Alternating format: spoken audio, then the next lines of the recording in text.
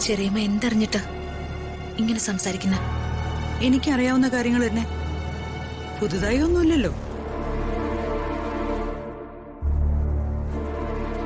ആ രാജു വെറും പാവ, വളരെ നല്ല ചെറുപ്പക്കാരനാ.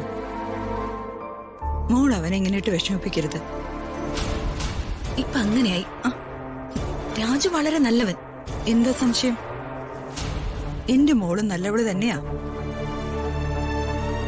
ഇത്തിരി എടുത്തുചാട്ടം കൂടുതലുണ്ടെന്ന് മാത്രം. എന്റെ മൂത്ത മോള് തന്നെയാ നീ. ശേഖരേട്ടൻ എന്നെ കല്യാണം കഴിച്ചുകൊണ്ടിരുന്ന കാലം മുതല് ഞാൻ എന്റെ മോളെ പോലെ തന്നെയാ നിന്നെ വളർത്തിയത്. അതുകൊണ്ട് ചെറിയമ്മ പറയുന്ന മോള് കേൾക്കണം. ഈ പ്രശ്നം മോള് തന്നെ സോൾവ് ചെയ്യണം. എന്തു പറയുന്നു? ശരി,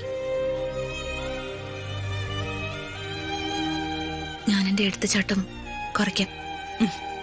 വളരെ സന്തോഷം. നിങ്ങൾ രണ്ടുപേരെ നല്ല കുട്ടികളാ. ചെറിയ ചെറിയ കാര്യങ്ങൾക്ക് ഇങ്ങനെ പിണങ്ങരുത്. പ്രശ്നങ്ങള് പറഞ്ഞു തീർക്കണം. ഞാൻ രാജുവിനെ ഇങ്ങോട്ട് പറഞ്ഞുവിടാം.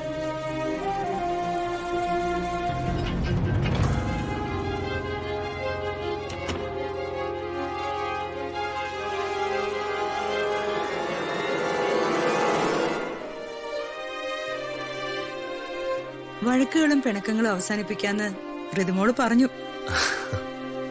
രാജു അങ്ങോട്ട് ചെല്ല്. പറഞ്ഞു തീർത്ത് സ്നേഹത്തോടെ തിരിച്ചു വാ. ശരി മാഡം.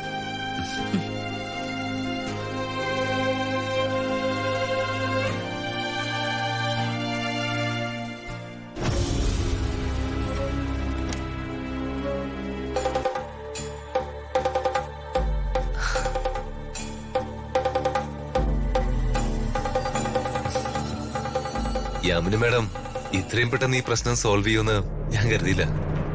Thank you madam.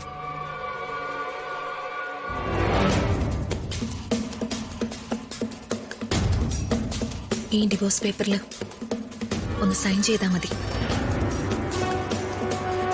അപ്പത്തേരും പ്രശ്നം. ഡിവോഴ്സ്?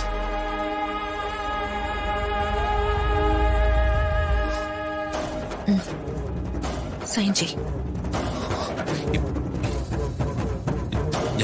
ഞാൻ ചെയ്യില്ല മാഡം. സൈൻ ചെയ്തില്ലെങ്കിൽ ഞാൻ ഡിവോഴ്സ് പെറ്റീഷനുമായി കോർട്ടിലേക്ക് പോകും. ഡിവോഴ്സ് വേഗം അനുവദിച്ച് കിട്ടാൻ വേണ്ടി